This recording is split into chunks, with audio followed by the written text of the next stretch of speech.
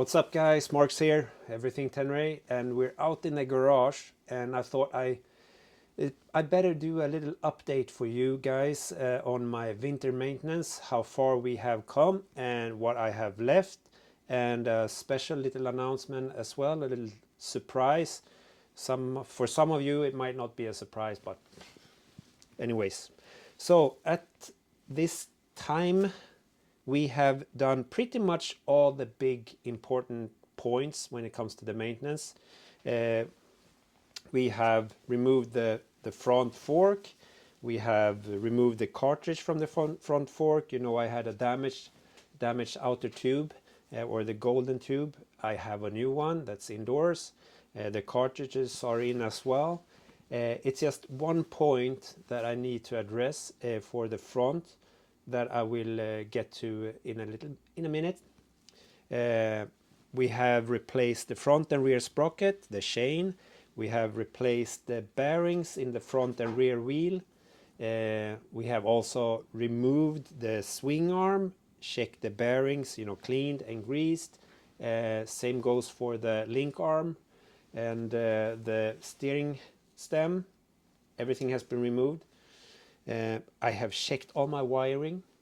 It's perfect. I have redone a little bit of the wiring in the rear, so it's easier for me to remove the rear light and the tail tide and everything without having to rip all the cables apart.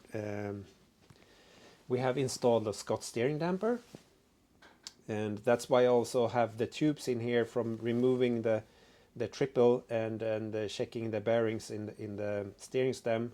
I needed to align the lower and upper triple before I tighten the steering head nut.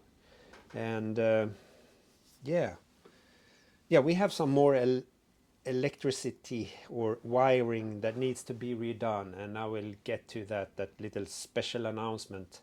But first we're going to talk about the front cartridge, or the Rally Raid open cartridge, because when I removed everything and I started removing the oil, removed the cartridge kit itself from the forks, I noticed that my comp adjuster, or the rod that you have that goes down to the valve, and the comp adjuster screw that pushes on this rod, it was really tough to squeeze down. You should be able to squeeze it down, and that's the adjustment on how much comp you want and how much oil that should flow through the valve stack.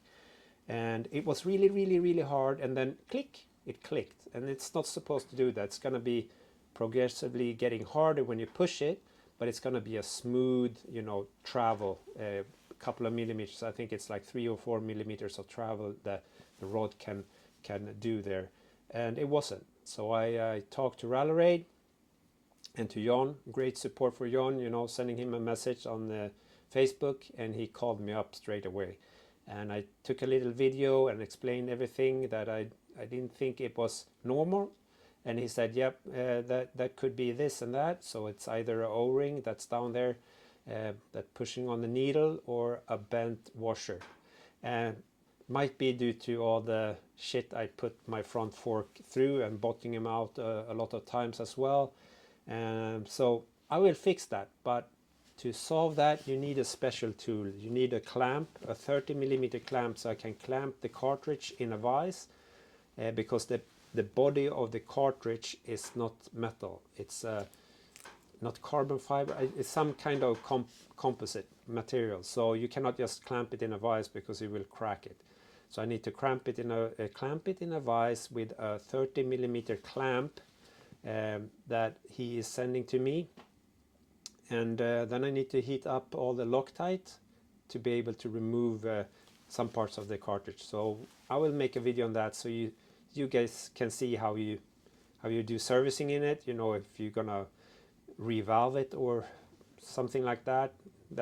You need to do that. So we're gonna have a video on that if you're interested. But the biggest news is that I will be remaking my rally arm for the Carpeter, and it will no longer be an arm. It will be a homemade rally tower with 2 high beam LED 40 watt each lights, and 4 low beam round LEDs with a lens, so I can adjust the lights of it, because you cannot just have a bright light shining out. It needs to be a beam that you can adjust, so you don't you know, I don't know what you call it, blend. So any people in a car that meets you will not, you know, get blind when you drive, you know, towards them. So that's what's gonna be happening this rest of the winter, because I'm pretty much done with all the maintenance. So I will be making a rally tower, and you guys are going to join me in that little endeavor.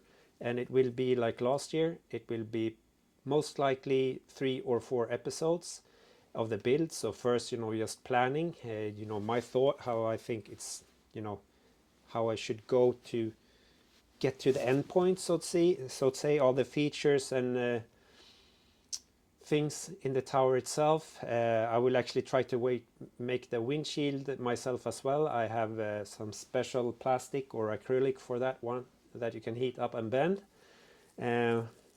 What more? Yeah, it will be interesting and fun. So the tower will be made out of PE 300 plastic. And my friend in the UK, Thomas Selinski, says, I will put a link to his YouTube channel. He has, you know, told me that he will gladly ship his old rally tower that he made, his version 1 or 2, to me to use as a template or to use. But of course I want to build my own, right?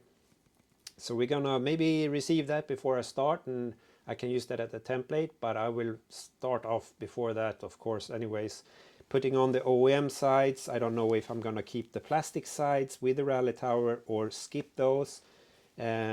Most likely we'll be making some kind of mold to make some fiberglass covering, so I don't get all the crap, dirt and mud up here if I don't keep the side plastics of the bike. I mean the front ones that goes up for the GPS mounting bar.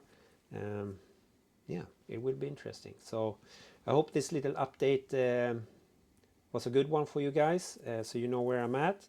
And I will catch you in that cartridge kit maintenance video and the new rally tower episodes that will start popping up soon. So stay safe, guys, take care, and don't do anything stupid. Cheerios, bye bye.